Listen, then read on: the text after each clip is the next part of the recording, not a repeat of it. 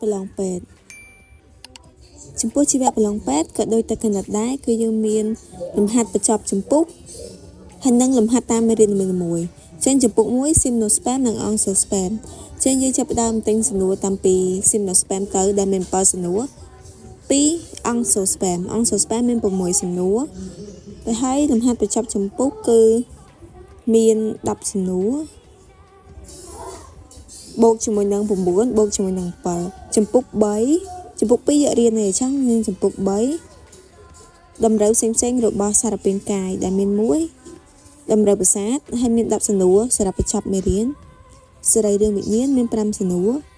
ប្រព័ន្ធអង់ដូក្រីន4សំណួរបូកជាមួយនឹងលំហាត់សំណួរបញ្ចប់ចម្ពោះដែរចម្ពោះ4នាទីរបស់ប្រូតេអ៊ីនក្នុងសារពាង្គកាយអញ្ចឹងមានអាស៊ីតអាមីណេ5សំណួរប្រូតេអ៊ីន7សំណួរអង់ស៊ីម7សំណួរហើយបញ្ចប់ចម្ពោះគឺមាន6បូក8បូក7អានោះវាមានតកតងជាមួយប្រភេទគូគ្រីពេញចន្លោះហើយនឹងសំណួរអញ្ចឹងយើងទៅមើល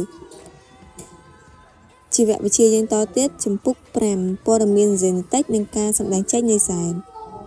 1 ADN មាន8សំណួរការសម្ដែងចេញនៃសែន9សំណួរបច្ចេកវិទ្យាជីវៈនឹងមាន4សំណួរហើយបញ្ចប់ចម្ពោះទ្រឹស្ដី Darwin មាន6ផុសតាំងនៃការវិវត្ត4កំណត់ត្រាផូស៊ីលមាន6ហើយនឹងបញ្ចប់ចម្ពោះចឹងវីដេអូបន្ទាប់ខ្ញុំនឹងធ្វើការបង្ហាញពី